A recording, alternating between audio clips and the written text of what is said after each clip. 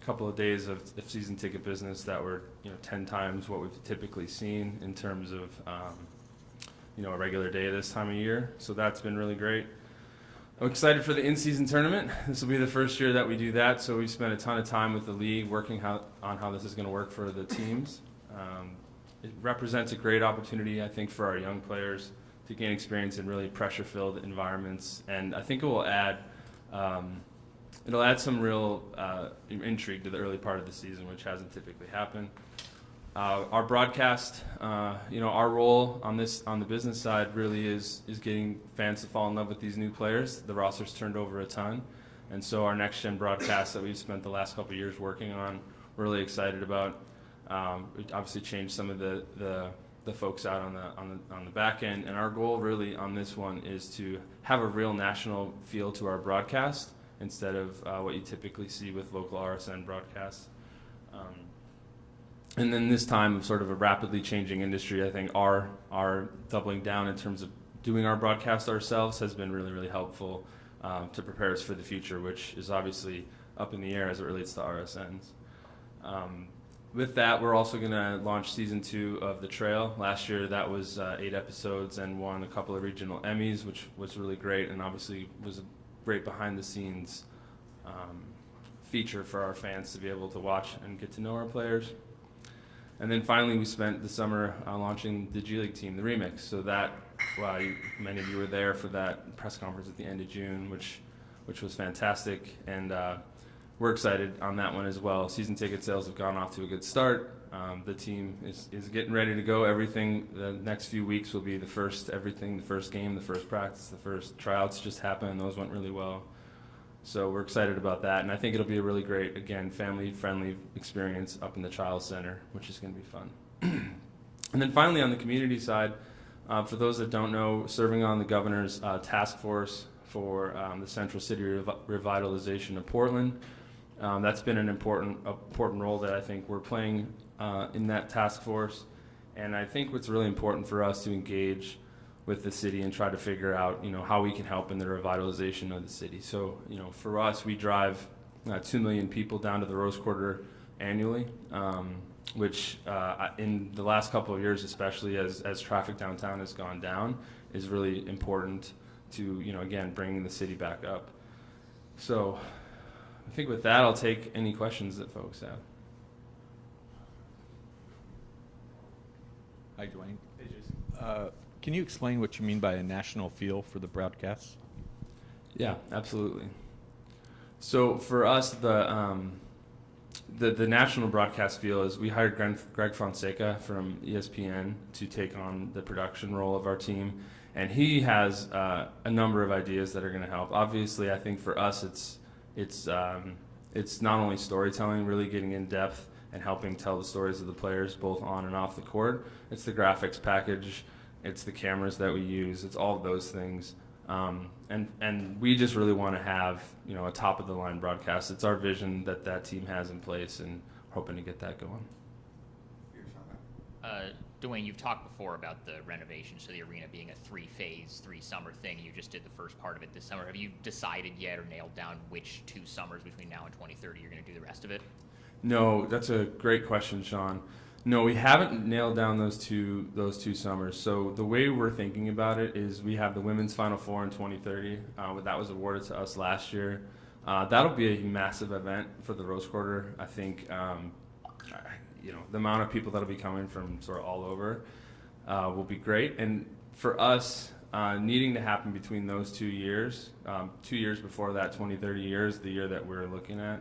And with that, again, we hope to also be in the running for an all-star game at that time. So we have to pick out those 2 off seasons. There's a couple of balls in the air in terms of obviously the lease with the city and getting that figured out, as well as some other things that we're trying to figure out in terms of other potential franchises, right? So.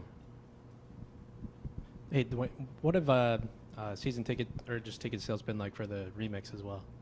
Remix has been really good. So, I'd say anytime you launch a team, you usually like to have a 12 to 18 month window. We had a 6-month window, so we're doing it on a really crunch timeline.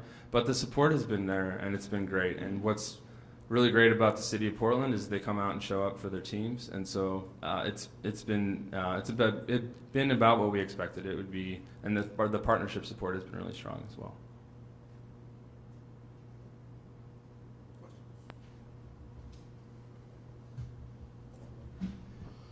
Hi, what's up? Has there been any news or changes regarding ownership, and how does the ownership react to the last few transactions of the trades and the new team that's building up? Yeah, great question, Oren. No changes on the ownership front. The team's not for sale, continues to not be for sale. Jody has continued to make efforts to really do things that are in the best long-term interest of the franchise. So you saw that with the remix and getting that up and running. We're also doing a big renovation to the practice facility with the kitchen this year, and Joe can talk a little bit about that when he's up here. And she's just been really invested in doing the long-term investment in the future. We've traded a lot of emails back and forth this weekend with ownership, and there's just a lot of excitement about the moves that Joe has made. So they're excited.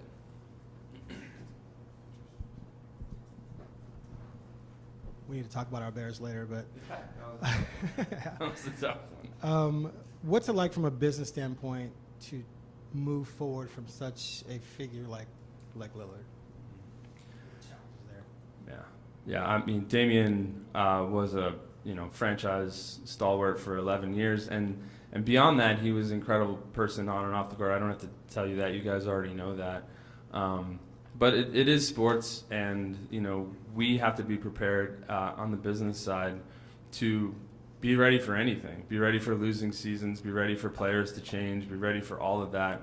And our goal is always to have a really strong foundation in place from a ticket sales perspective, from a sponsorship perspective, from a fan experience perspective. So for us, it's tough. He was, again, a legend here and will be forever.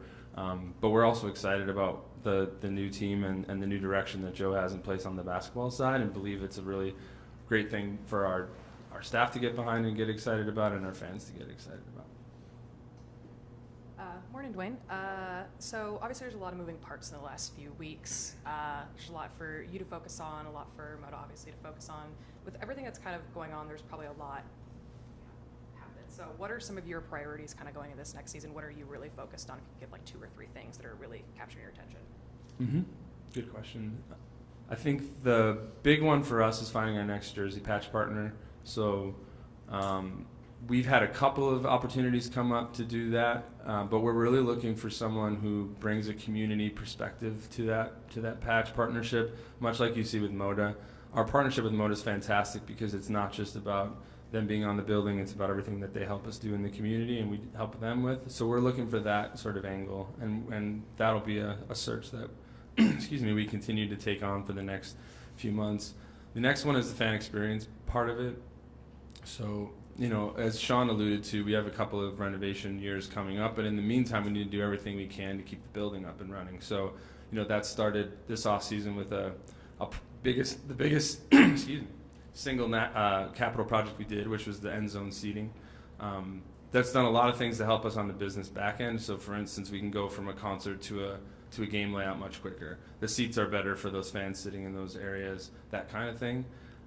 We are adding some Amazon Just Walk Out stands. So if you haven't seen those, there's 4 of those that we'll be adding on the 100 level. Essentially, you're able to just enter your credit card, walk in, grab what you want, and walk out. And there's a bunch of cameras that are able to reflect what it is that you picked up, and then it's a seamless sort of exit for fans. And then traffic in and out of the arena, that continues to be a big challenge for us. So we're adding things like digital signage to help with inflow and outflow of traffic. Any other questions? No. Hey, Dwayne. A TV question. You mentioned the state of RSNs and the future of broadcasting basketball games. You've seen the Phoenix Suns and teams like that try other options to get it over the air and more accessible to fans. Have the Trailblazers started to explore those options? So we have a really great partnership with Root Sports, and they are, when we did the deal with them at the time, we were really looking to create as many options for fans as possible. So, in going back to Root, we were able to get back on. We were on cable. We were able to get back on satellite dish and things like that. They had DirecTV stream for streaming folks. They had Fubo. We've really been watching the Jazz really close, the Suns really closely, and the Golden Knights have done something similar. And you know, again, this industry changes all the time. We keep our deals on these things really short so that we can kind of watch things take place and see where they're headed. But our goal at the end of the day is always to have as many fans see our games as possible, and we'll always take that approach going forward in any TV deal.